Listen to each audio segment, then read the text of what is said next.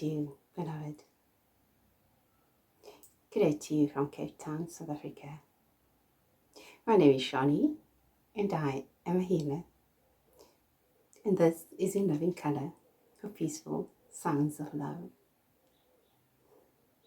I remember my massive awakening a long time ago. I was lost and sad, depressed and suicidal. And I know my family was wanting to put me in a straitjacket. But I found someone who loved me and taught me two things. Love yourself first and foremost, and find your peace within.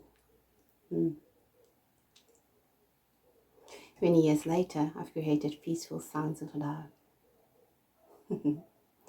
Because I know that loneliness is the absence of the self, and aloneness is the presence of the self.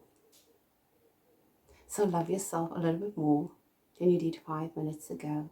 That is my favorite saying, even to myself. So I encourage you, be gentle with you.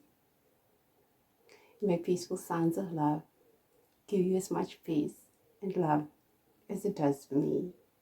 I love you. I love you. And I love you. Beautiful souls you are.